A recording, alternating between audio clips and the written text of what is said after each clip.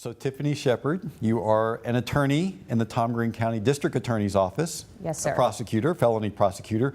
Why did you want to become an attorney? So I wanted to become an attorney mainly because I was told how good of an arguer I was when I was about in 5th grade. My parents they always gave me compliments about how well I could argue with them. And so they kept telling me, you should be an attorney, you should be a lawyer. And I think it just stuck with me and I just moved forward towards that goal. Now, interestingly, you are a first-generation attorney, but not only that, a first-generation college graduate in your family. But you said there was never a question as to whether or not you would go to college. No, absolutely not. My parents, they wanted better for me.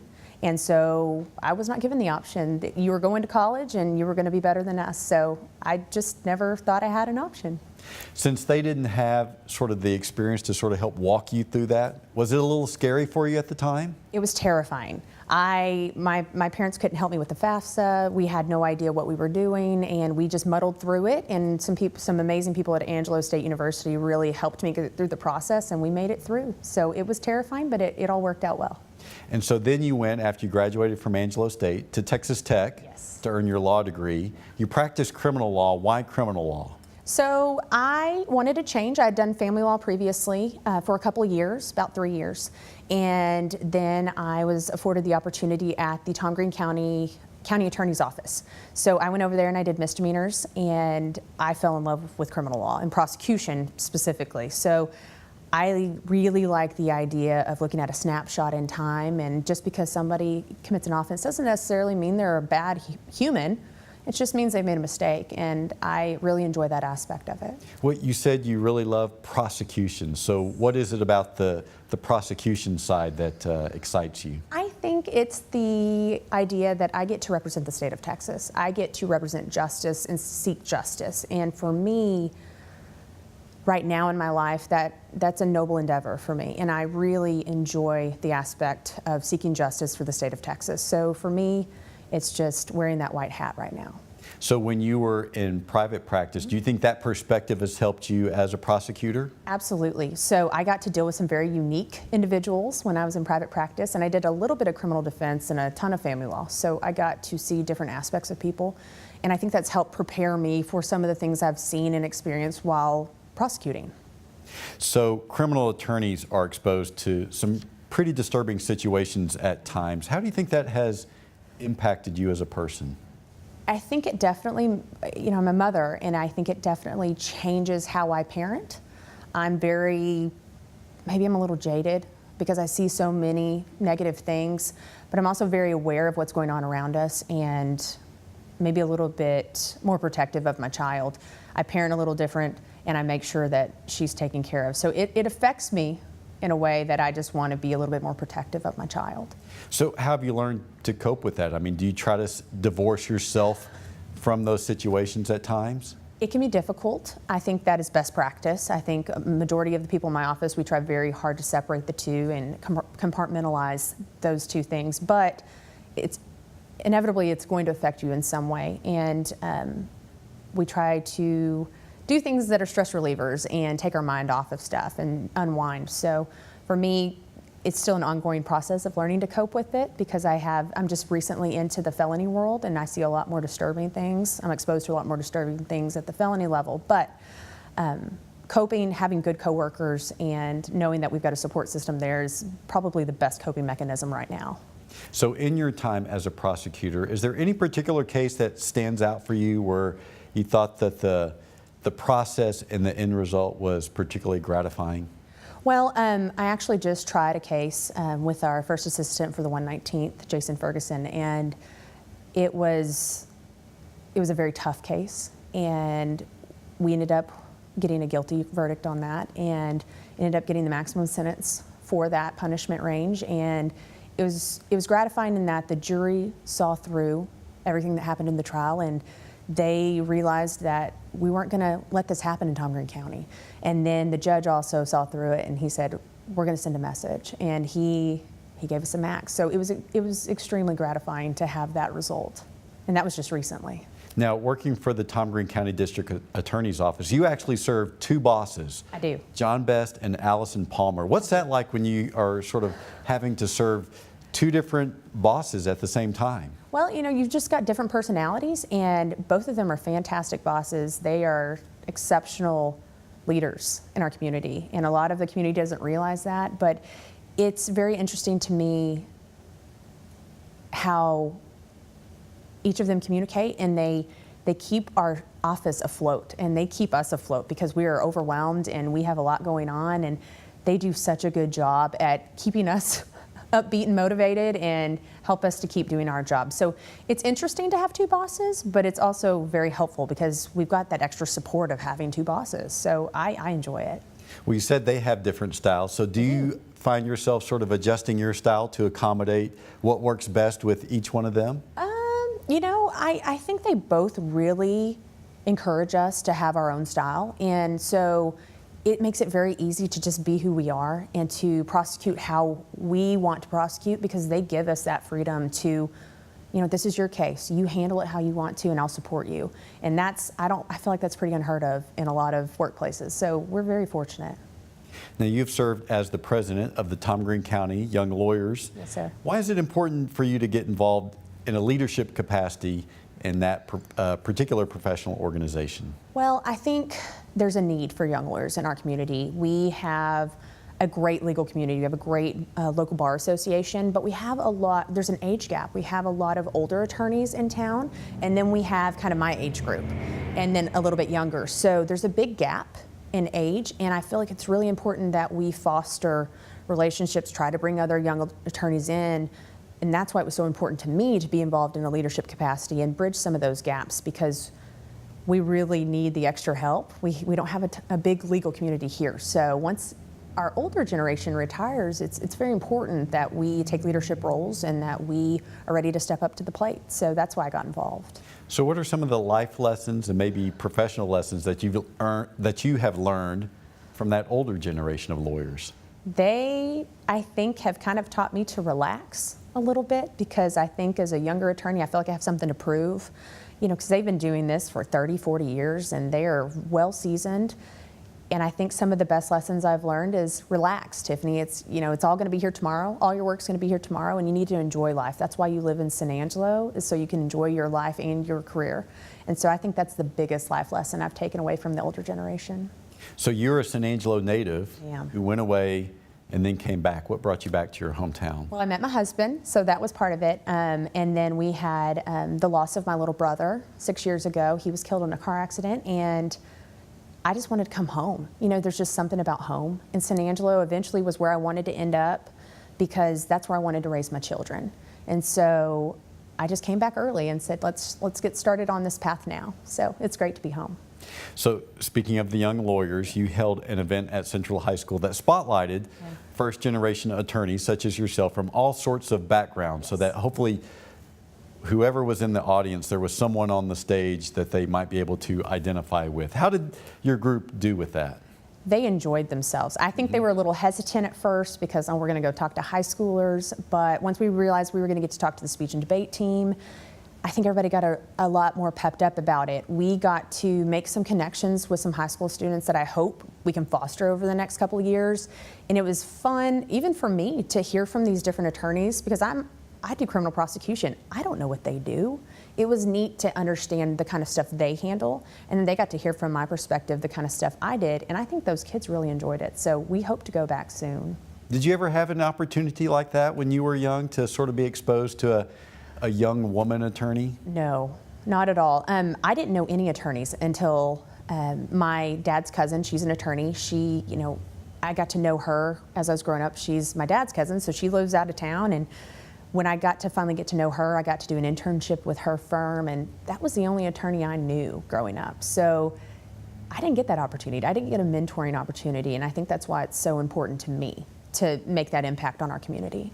One of the other civic endeavors that you've been involved with is something called Holiday Happening that happens at the Women's Shelter. Yes. Talk about what that is and why it's meaningful. So we had done, the year previous, we had done a kind of like a clinic with the family shelter and trying to get them some advice when it comes to family violence, what steps they could take to get out of that. And when I was the president of the Tom Green County Young Lawyers, I decided, you know what, we need to focus on the family. We need to focus on these kiddos and these moms that are stuck in the shelter over the holidays, because that's got to be depressing. So we wanted to organize something through the Texas Young Lawyers Association to where we could just spotlight family. And so we did a holiday meal, and we took family pictures. We had a photographer come out. They took family pictures. We printed those pictures off for them. We had them framed. We made it a Christmas party. And we had attorneys available if they had any random questions, which they typically do. And we just celebrated them and their families and tried to uplift their spirits around the Christmas holidays. And we had some fantastic donations for presents for those kiddos, and they were overwhelmed. So I really enjoyed bringing that aspect of family back, because I know it's got to be tough living in a shelter with your kiddos at the holidays. So that was the main purpose of that. You're involved in a number of community and professional and even political endeavors. Yes. Are there any that are particularly important or dear to you? I've got two. I'm very much involved in the Junior League of San Angelo, and it, for me, is the perfect opportunity to get to serve children in the community. So for me, children are kind of the one endeavor that I really enjoy service projects for. We've got a lot of kiddos in this town that they don't get opportunities that I would think that every child should have. So Junior League is very near and dear to my heart as far as service. I also serve on the Meals for the Elderly board, and I feel like the elderly are also something we need to be taking care of. This is our community, and we need to be taking care of the people that can't take care of themselves. So those two service projects are definitely near and dear to my heart. So I've heard a lot of Meals for the Elderly volunteers who talk about what a bright spot in their day that is when they get to deliver a meal. Yes, it is. I mean, these recipients are just so grateful sometimes because they're homebound. They don't get to leave their home typically. So they just get excited that they get to have a conversation with somebody. And most of the time, from what we hear from our board members and our volunteers, is that they might have been excited, the recipient might have been excited, but man, that blessed me. And I've got to come back and do it again. So I think we will surprise ourselves how much we can be blessed by our elderly and our children in our community. You know, I know how many good works that the Junior League does in our community. And yeah, I still think there's sort of this perception that it's a white glove sorority for grown-ups. Right. So how do you sort of combat that misperception of what the Junior League is? I was that person. I thought, I don't want to get involved in the Junior League. They're just a big sorority. I don't want to pay for my friends. And that's not it at all. I got involved in my provisional year last year. This is just my first year as an active, but I'm also on the board. And I fell in love with the organization. And we've spent a lot of time this past year and this year. We're trying really hard to get our service projects out there so that people understand that we're not a big sorority. We're actually trying to do as much as we can for the community, and we're trying to impact these children's lives so they grow up differently and they don't continue in a path that could be destructive. And so we are trying to make a huge social media push.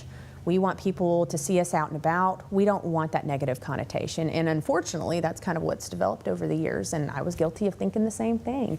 But it has changed my heart. I fell in love with the community. I fell in love with this organization. And so I think the main push is going to be combating it with social media, letting people see what good's being done in the community and how many women are volunteering their hours to make that change in our community. So has the league decided on its community projects for the year? We've got several going on. We have a theme every year. This year it's to be the change that you want to see in the world. So this year's very service driven. It's community driven, and we're going to do our typical projects. We've got a couple of different small projects that we're going to do, but we're still going to have Western Dance, which is a huge fundraiser for us, and we're going to have Touch a Truck, which is our community give back. We're going to have Barbie Dance Party again, which I know the kiddos love, and we have so many wonderful events that we're going to continue this year, and I'm really excited about it. Now, I'm sure you get a lot of volunteer opportunities offered to you. How do you go about deciding which one of those you want to devote your time and your energies toward? I think I'm kind of on a pendulum right now. I've kind of swung where I was saying yes to everything, and I'm trying to, tailor that back a little bit. I have to decide what is most important to me. And so for me, it's going to be any children's projects, service projects, any protected class. So elderly people, I want to stay there. Anything that I think is going to make San Angelo a better community for my child is what I'm going to say yes to, because I believe in our city and I believe in our community, and I want to make it better. So those are the ones I'm going to say yes to. You were nominated for this honor by former 20 under 40 honoree Sarah Giddings, and Sarah wrote this about you. She wrote, "She is willing to put others before herself when she knows that she can make an impact in the community." Where do you think that comes from? Well, that's very kind of Sarah to say. I think it comes down to just kind of what I believe are characteristics in a good leader, and I am not the first person to say I'm a leader. I would much rather see us all succeed, and I care about my community, and I think Sarah understands that. I care about the betterment of San Angelo and making it a better place for my child and future generations, and so I will gladly put anyone in front of me if it means we're going to accomplish a bigger, greater good. So maybe that's where it comes from. Sarah also wrote this about you. She said that Tiffany has a unique ability to bring out the best in people and to find out what projects or assignments that best suits them. So is that something that you seek to do consciously when you're in a position of leadership? No, but I do take into consideration, you know, I know so-and-so likes to do this, so maybe she would be well fitted for this job. This guy has a great skill set here. Maybe he would be interested in doing this. I try to think of those things maybe subconsciously, just so that maybe people enjoy themselves better. But I don't realize I'm doing that, but evidently somebody's noticing that, so I guess that's a good thing. So Tiffany, how do you define leadership? So I've had the opportunity over my career to see lots of different leadership styles, and for me, I think it kind of can be summed into some characteristics that a leader might have, and I think I've got 4. I think that service is really important for leadership. You've got to serve the community and the people you are interacting with, and a true leader will serve. Second, I think integrity. You've got to be able to do what's right when nobody's looking. And inspiration, inspiring and encouraging other people to just be a better version of themselves and to get to that goal, because sometimes people just give up. You've got to be that inspiration. And then lastly, and probably most importantly, is kindness. I think coming from a place of kindness really exemplifies true leadership, because we don't know where people are in their lives. We don't know what they're experiencing. We don't know what they're going through. And meeting them where they are and helping them get back up and get to that goal, even if they've given up, I think is true leadership. Is there a particular person or leader that you feel like has inspired or shaped you? I have been very fortunate my entire life to be surrounded by fantastic leaders. And so I live daily with fantastic leaders. But my brother, who was killed in a car accident 6 years ago at the age of 21, I look back now on it and I realize how much he shaped me, and I didn't even realize it. He was such a young person, and he shaped me into, he exhibited all those qualities I just talked about. He was extremely kind. He was a leader, he didn't really want to be. He didn't want to be in the spotlight. He was a competitive baseball player. He has a bench at Central High School with his name on it, and he was a mentor. And he came from kindness, and he inspired people. And I think by far, he is the most influential leader that has ever crossed my path, and I didn't even realize it at the time. So I'm extremely lucky to be surrounded by fantastic leaders. Well, it's a great honor to be one of the 20 under 40. Congratulations, Tiffany. Thank you so much.